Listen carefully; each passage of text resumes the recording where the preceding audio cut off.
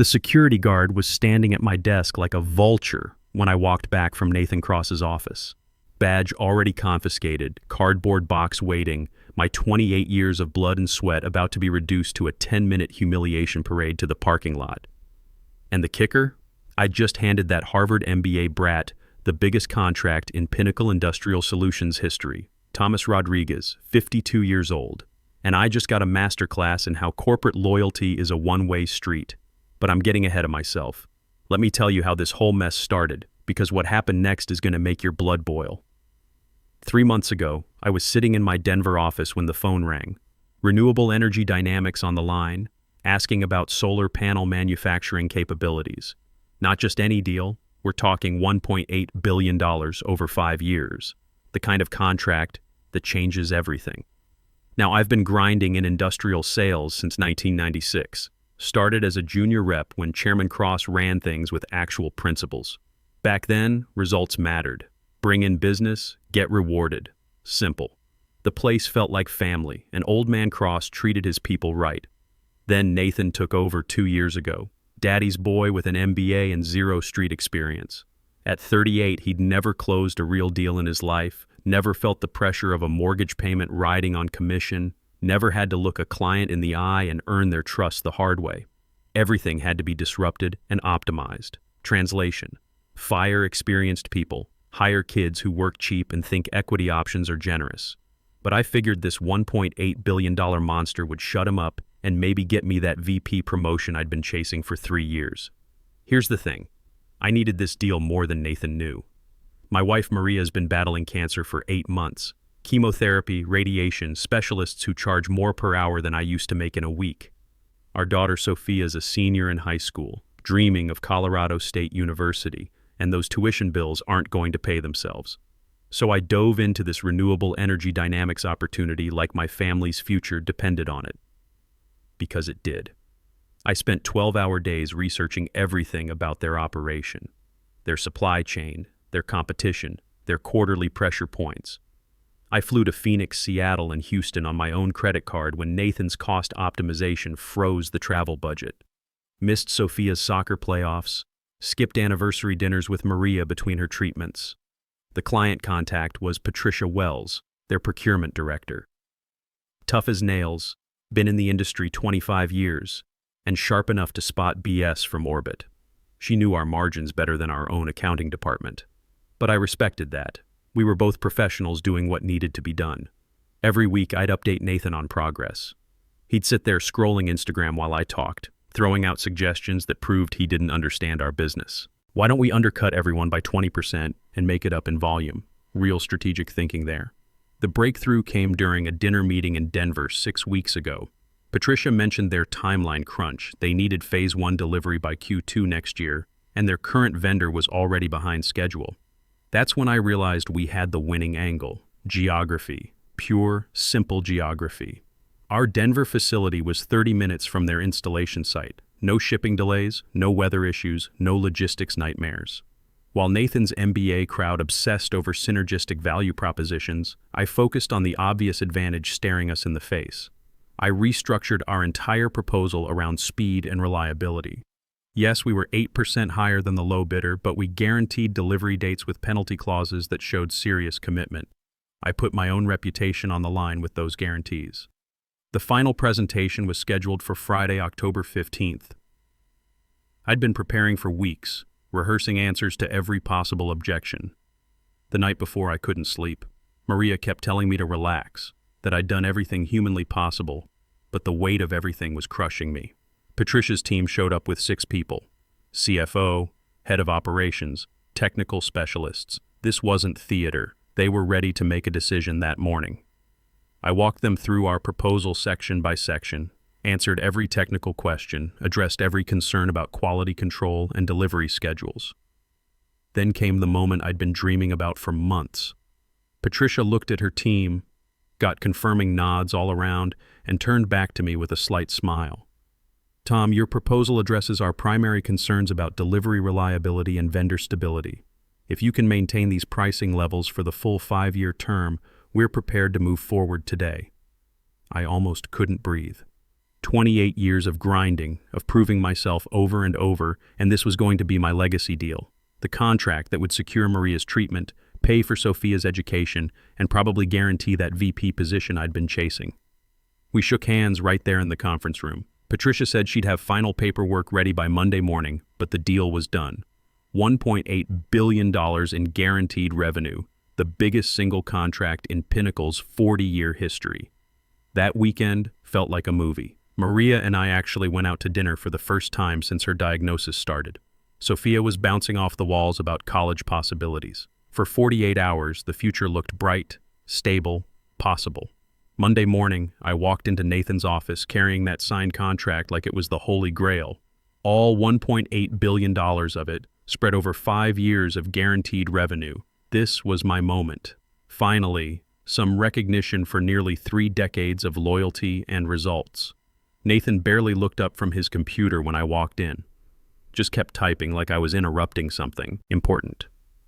Finally, he glanced at the contract in my hands. Great, just put it on my desk. That should have been my first warning. But I was riding the high of 28 years of work paying off, so I kept talking. This is huge for us, Nathan. Biggest single contract in company history. This puts us ahead of budget for the next 2 quarters, maybe 3. He finally looked at me directly, and something in his expression made my stomach drop. Cold, calculating, like he was looking at a problem that needed solving. Actually, Tom, I need to talk to you about something. Close the door. I sat down, still thinking maybe this was about the promotion, maybe a bonus discussion. The contract was right there on his desk, proof of what loyalty and experience could deliver. Instead, Nathan opens a folder and slides it across to me. We're restructuring the sales division. Your position is being eliminated. The words hit me like a physical punch. For a second, I couldn't process what he'd said. What do you mean, eliminated? I just brought you the biggest deal we've ever seen. This isn't about your performance, Tom. It's about efficiency. We're consolidating your accounts under Angela Morrison. She'll be handling all major clients moving forward. Angela Morrison, 29 years old, MBA from Northwestern, Nathan's hand-picked golden child. She'd been at the company exactly 18 months and couldn't close a deal if her life depended on it. But she spoke his language, all that business school garbage about customer journey optimization and stakeholder engagement matrices. You cannot be serious. I just delivered $1.8 billion in revenue, and you're firing me?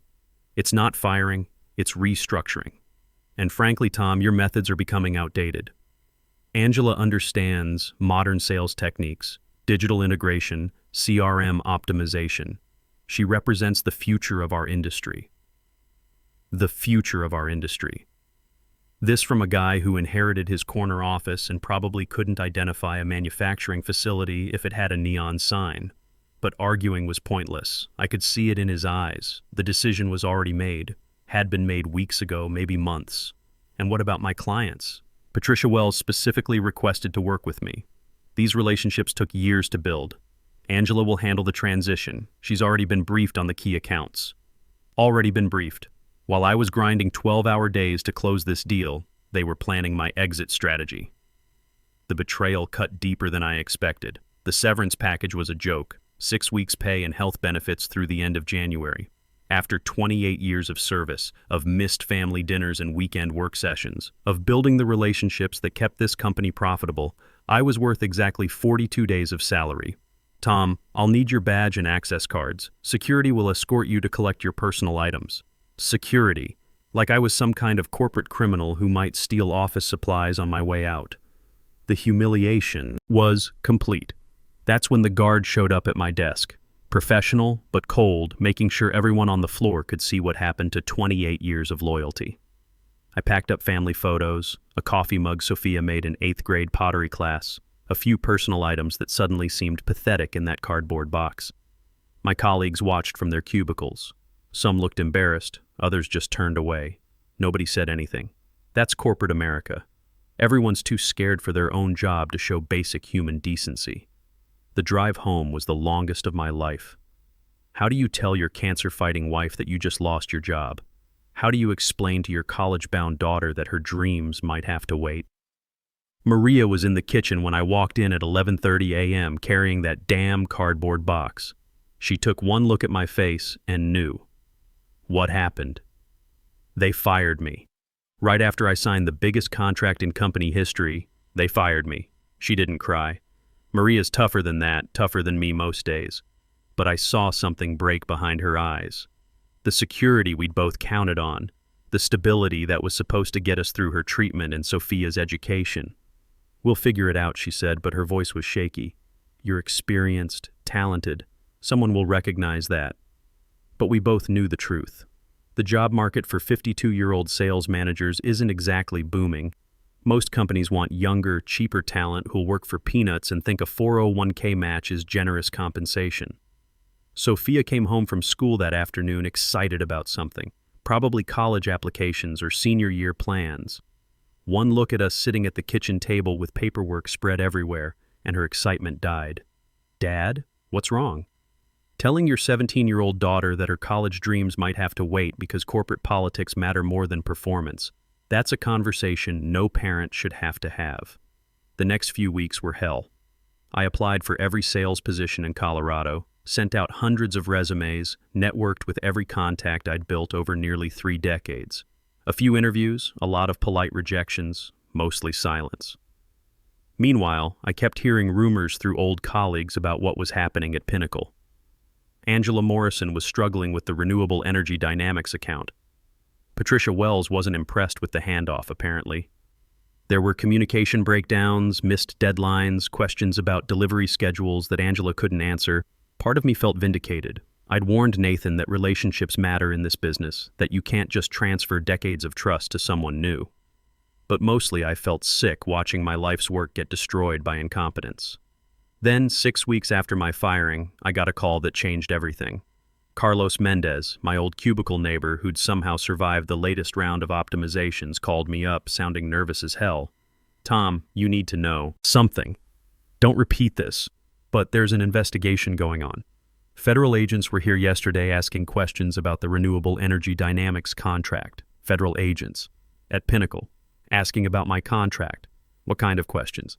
About pricing information, internal communications, who had access to sensitive client data. Tom, I think someone's been selling information to competitors. The pieces started falling into place. My sudden firing, Angela's promotion, the rush to get me out of the building before I could ask questions or notice anything suspicious. Nathan hadn't fired me because I was outdated. He'd fired me because I was a threat. After Carlos hung up, I sat in my living room staring at the phone for 20 minutes. Federal agents investigating my contract, someone selling information to competitors, my firing suddenly making perfect sense in the worst possible way. I called Carlos back an hour later. Tell me everything you heard. Tom, I shouldn't even be talking about this. But they were asking about pricing information, internal emails, who had access to client databases. One agent specifically asked about Angela Morrison and when she got access to your accounts. Angela Morrison. Nathan's golden child who couldn't close a deal but somehow knew enough about modern sales techniques to replace me. The woman who was now handling Patricia Wells and every other relationship I'd spent years building. Did they mention my name? Yeah, but not like you're in trouble.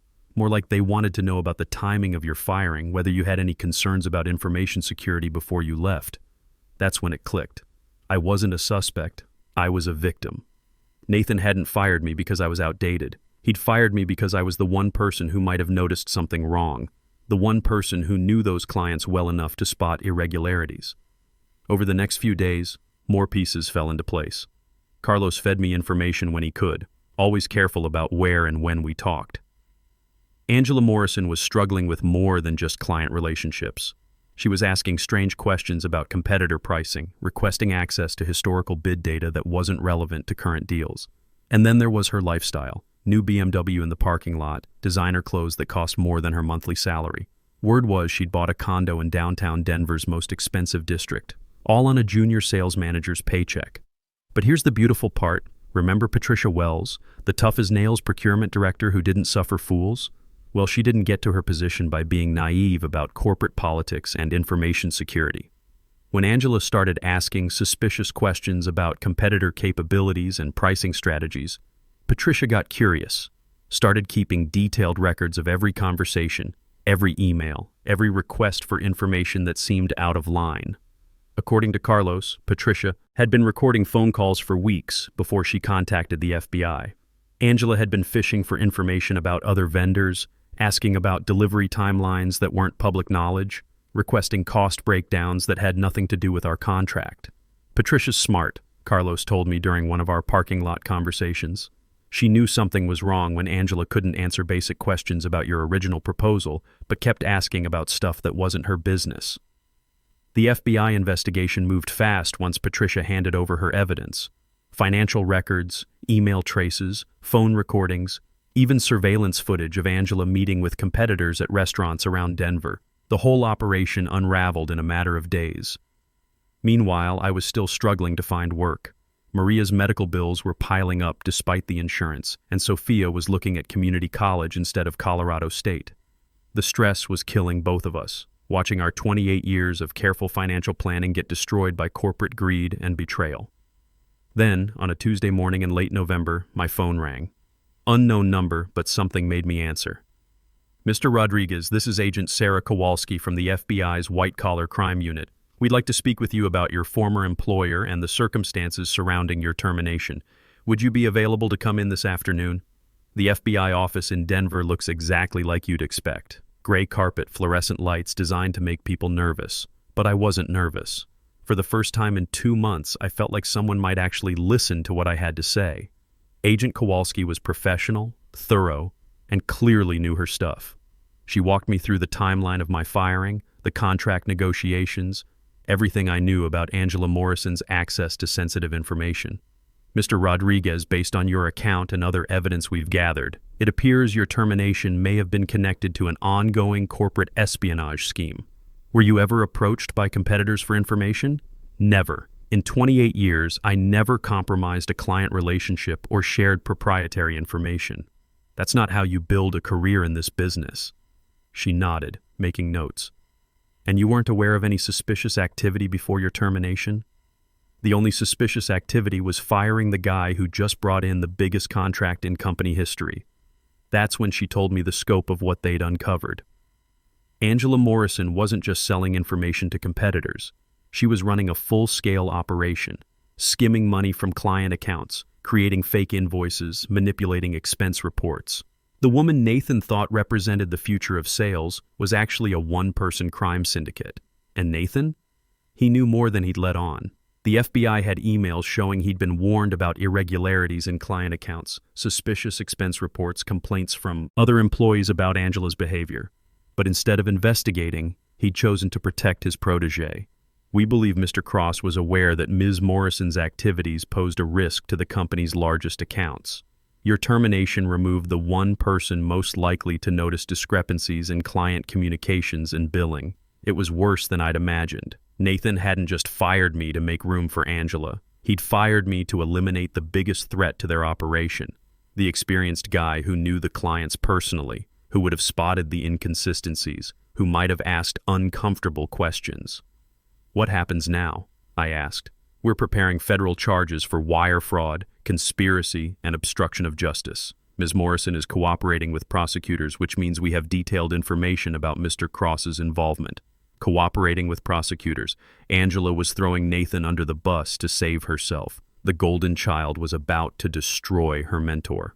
Agent Kowalski handed me her card.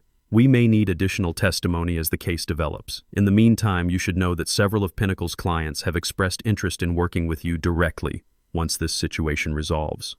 Several clients, including, she mentioned with a slight smile, Patricia Wells at Renewable Energy Dynamics. I drove home feeling something I hadn't felt in months. Hope, not just for justice, but for the possibility that this nightmare might actually have a decent ending. Maria was waiting in the kitchen when I got back, Sophia doing homework at the table. For the first time since my firing, I had good news to share. The news broke on a Thursday morning in early December. I was making coffee when Maria called from the living room, excitement in her voice for the first time in months. Tom, you need to see this. Channel 7 News. There on the screen was Nathan Cross doing the perp walk in handcuffs, the Harvard MBA who'd built his career on daddy's connections and other people's work, now looking like exactly what he was, a common criminal. The reporter's voice cut through my disbelief. Pinnacle Industrial Solutions CEO Nathan Cross was arrested early this morning on federal charges including wire fraud, conspiracy, and obstruction of justice in connection with a corporate espionage scheme that may have cost competitors millions of dollars. I sat down hard in my kitchen chair. After 3 months of unemployment, medical bills, and watching my family's future crumble, justice was finally happening. But it got better. The charges were serious. Wire fraud alone carries up to 20 years in federal prison. Conspiracy adds another 5. And obstruction? That's what really sealed Nathan's fate. The FBI had emails showing he'd been warned about Angela's activities weeks before my firing, but chose to silence the warnings instead of investigating. Angela Morrison was cooperating fully with prosecutors, which meant she was giving them everything. Bank records, communication logs, details about which competitors had paid for information. She'd kept meticulous records of her criminal enterprise, probably thinking it made her look professional. But the real kicker came that afternoon. Patricia Wells called me directly. "Tom, I wanted you to hear this from me personally. Renewable Energy Dynamics is terminating our contract with Pinnacle effective immediately. We're also looking for a new vendor relationship, and your name keeps coming up in our discussions." My name. After 3 months of rejection letters and dead-end interviews, the client I'd worked hardest to win was asking for me specifically. "Patricia, I appreciate that, but I'm not exactly in a position to handle a $1.8 billion contract as an independent consultant." Who said anything about independent? We've been talking to Rockwell Industrial about establishing a Denver-based partnership. They're interested in someone with your experience and client relationships to lead their new Colorado division. Rockwell Industrial, one of the biggest players in renewable energy manufacturing, with a reputation for treating employees like human beings instead of spreadsheet line items. They wanted me to build their Colorado operation from scratch, with equity participation and a salary that made Nathan's insulting severance package look like pocket change. The formal offer came 2 weeks later. Regional Vice President base salary 40% higher than what I'd made at Pinnacle, plus performance bonuses tied to actual results instead of corporate politics. Healthcare that covered all of Maria's treatments without question. A college fund contribution for Sophia that would cover 4 years at Colorado State with money left over. But the best part? My first major client was already locked in. Renewable Energy Dynamics wanted to move forward with their original $1.8 billion manufacturing plan, with me handling the relationship I'd built from day one. Nathan's trial started in March. I testified for 2 hours about the timeline of my firing, the suspicious circumstances, the way Angela had been positioned to take over sensitive client relationships. The prosecution painted a clear picture of conspiracy. Nathan knowingly eliminated the biggest threat to their operation while positioning his accomplice to steal information and money. The defense tried to portray Nathan as a naive executive manipulated by a clever subordinate, but Agent Kowalski's evidence told a different story. Email chains showing Nathan ignored warnings from other employees, financial records proving he knew about Angela's lifestyle changes, calendar entries showing private meetings between Nathan and Angela that weren't documented in company systems. The jury deliberated for 6 hours, guilty on all counts. Nathan got 12 years in federal prison. Angela got 8 years, but could be out in 5 with good behavior for her cooperation. Pinnacle Industrial Solutions was sold to a private equity firm that immediately fired half the workforce and moved operations to Mexico. Meanwhile, my new life was everything I'd hoped for at 52. Rockwell's Colorado division grew from 12 employees to 85 in our first year. We landed 3 major contracts worth over $3 billion combined, including 2 expansions of the original Renewable Energy Dynamics deal. Maria finished her treatment in April. Clean scans, good prognosis, energy levels back to normal. Sophia graduated as valedictorian and started at Colorado State in the fall, majoring in environmental engineering. She wants to work in renewable energy, inspired by watching her dad rebuild his career around sustainable technology. The best part of this whole story, Patricia Wells became more than just a client. She's now a business partner in our Denver facility expansion, bringing her 25 years of industry experience to help build something bigger than any of us could have managed alone. Last month, I got a letter from Nathan in federal prison. 3 pages of self-pity and blame shifting, asking if I could write a character reference for his appeal. I threw it in the trash without finishing it. Some people never learn that actions have consequences, that loyalty matters, that treating people with respect isn't just good ethics, it's good business. Nathan thought he could eliminate experience and replace it with cheap ambition. Instead, he eliminated himself. These days, I wake up excited about work again, building something real, leading a team that values results over politics, working with clients who became partners. At 53, I'm having the best year of my career, proving that sometimes getting fired is the best thing that can happen to you, especially when the people who fired you end up explaining their decisions to the FBI. Karma's funny that way. Takes its time, but it always delivers.